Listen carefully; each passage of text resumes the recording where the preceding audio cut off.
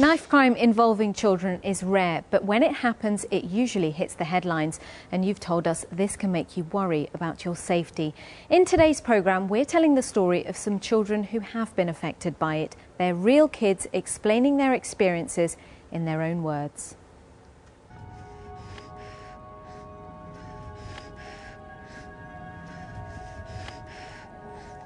At first, I didn't realise I'd been stabbed because I could just feel like cold and then something warm running down my leg, like it just shocks you.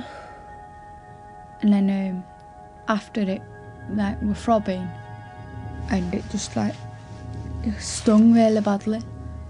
And every time blood was coming out of it, it just getting weaker and weaker.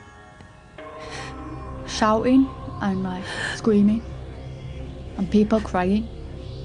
I was trying to kick her off me because she had hold of my leg, so I was trying to kick her with the other leg, and then I kicked her in the head and she flew off me, and then I ran. I was still holding my mate though. When I ran, grabbed my mate, and like we were both limping, so it looked a bit funny actually. I had some white jeans on and I looked at my leg and all my jeans were red with blood. It was like a big shock, because I didn't expect it to happen. I didn't even know she had a knife. Panic went through me, like, oh my God, am I gonna die if I hit an artery and stuff like that. But then when we got to hospital and I found out she'd been stabbed, I was shocked and I didn't know what to say. And I was in surgery for about 2 hours. When I came back round, my mum was sitting by my bedside, but I felt really emotional because I could see my mum crying, and that made me like want to cry. So, that was it. Knives are really dangerous. I think people carry knives to protect themselves. I don't really see why they do that. I would never think of carrying a knife. But it's not good because they're hurting people. Some children carry knives because they think it's cool. People that carry knives are stupid. I think young children carry knives because they hear that much about knife crime that they want to protect themselves from it. They're not really using it to protect themselves, they're just using it to make themselves as big and act like they're not afraid.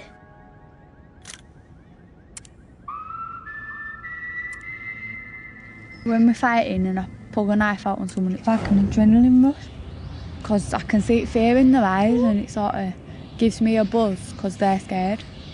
I don't intend to stab them all, I just want to scare them, do you know, so they're shocked, and then I can just get best of them and batter them. If we're off the fight, I'll just have a knife in my hand or up my sleeve, do you know, so I can just go like that instead of just getting out of my bag.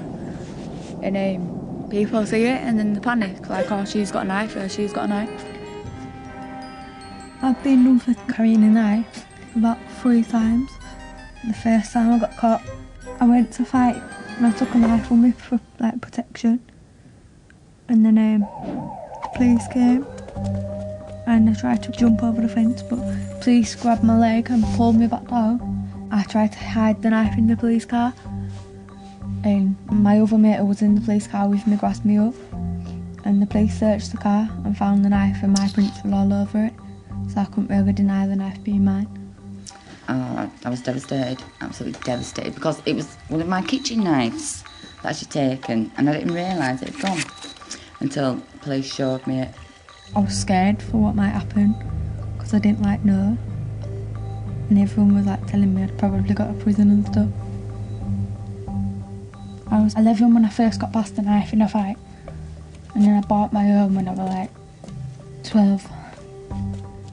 I bought it from my mate for a tenner, but I bought it because I like the look of it. I didn't buy it to stab no one out.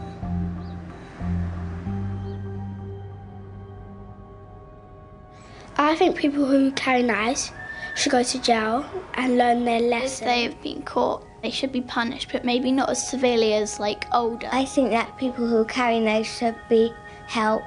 They should go to prison in case they hurt someone. The Prime Minister's not talking about what to do with the knife, he's just talking about the people dying, but not what to do about the people. I reckon the people who carry knives should be given a chance the first time, but if they do it again, I reckon they should be punished for doing it because they had a warning. It's just the wrong thing to do and you shouldn't do it.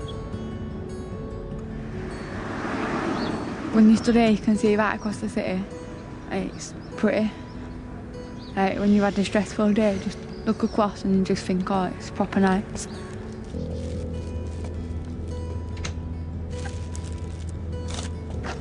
That's my next door neighbour, like, she was always like getting stuff thrown at her windows and stuff because she's blind. So, go around and get shopping for her sometimes.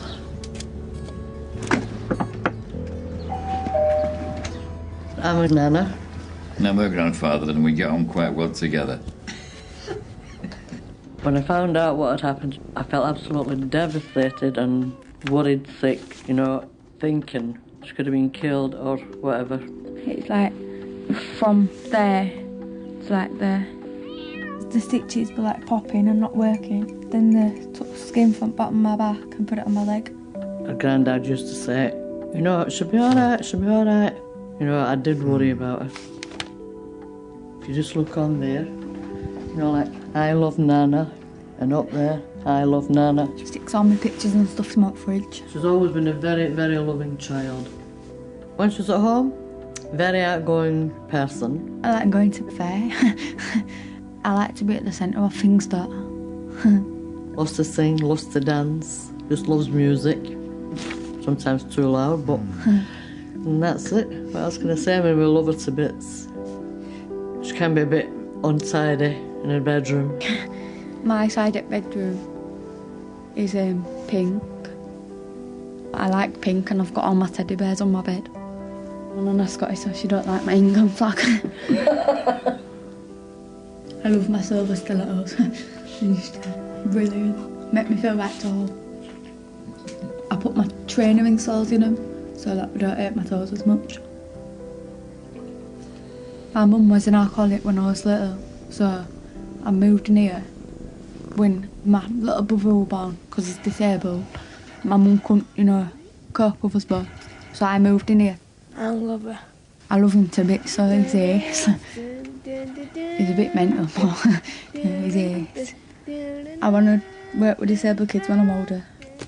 Getting stabbed, I have to go back and see if it's healed properly, and if it's healed properly I don't have to have another skin graft, but if it ain't like rejoined with my other skin, I've got to have another skin graft. The words that I know that mean stabbing are shanks and pokes. Bored. There isn't really any words that I hear about to do with it, really. My mate is likely to slap someone if she doesn't like him. She doesn't back down from a fight. She's got a bad temper. Don't mess with her, because she's mad. Shut up! If I got alongside of her, I'd not be afraid because I know that she wouldn't do it to me, I hope. But other people probably would. Those people have seen what she can do, and that just shows she's not a nice person. I can be a bit violent when people do stuff to me, like I go mental and I just lash out at them. I've seen her with a knife. I think I get into trouble because I have to live up to my reputation. Stupid. I think I just carry the knife. They should sell the knives for more money because nobody could afford a knife that's cost a lot of money. I think parents should check them before they go out. The and people stuff. who are to blame for it is the people that sell the knives and the people that let them have the knives. I think it should be banned. I don't know how though. My name's Georgia. I'm the knife carrier and the victim, and all these stories are about me. The night that I got stabbed, I did have a knife on me, and I would have used it if I had an opportunity. Carrying a knife made me feel like invincible, like no one could touch me. But in the end, I got stabbed myself. I regret ever taking a knife out of me, because I'm trying to keep my little brother on the right path, you know, so he didn't go on the same path as me. I want my little brother to have a better life than I did. I hope she don't carry knives around again, because it's dangerous. Looking back at it, I think I was stupid just to take a knife out of me, because I could have bettered myself, I could have had a better life. I just chose the wrong path. And I'm sorry now, and I'm good now. An angel. Did I hear that right? You're an angel? I am. And I want to get on with my life now. Like, just get on with things, make some new friends. If I could talk to me before I did all this, I'd say, don't get involved because you're going to get yourself in lots of trouble. It's your choice. It's your brain. That was Georgia's story, told by her in her own words. She was the victim and the knife carrier, and her story brings to life the very real fact that if you carry a knife, you're much more likely to get hurt by one. Some of you have suggested that it should be harder to buy knives. The good news is that the government is putting new laws in place to make this happen. It's also increasing the punishments people who carry them can receive. Knife crime may be in the news a lot, but that doesn't mean it happens all the time, and it doesn't affect children very often, so it's not something you should be worried about. If you are, we have lots of advice as well as information from experts who deal with these issues all the time over on our website. You can also let us know your views on this programme. Bye.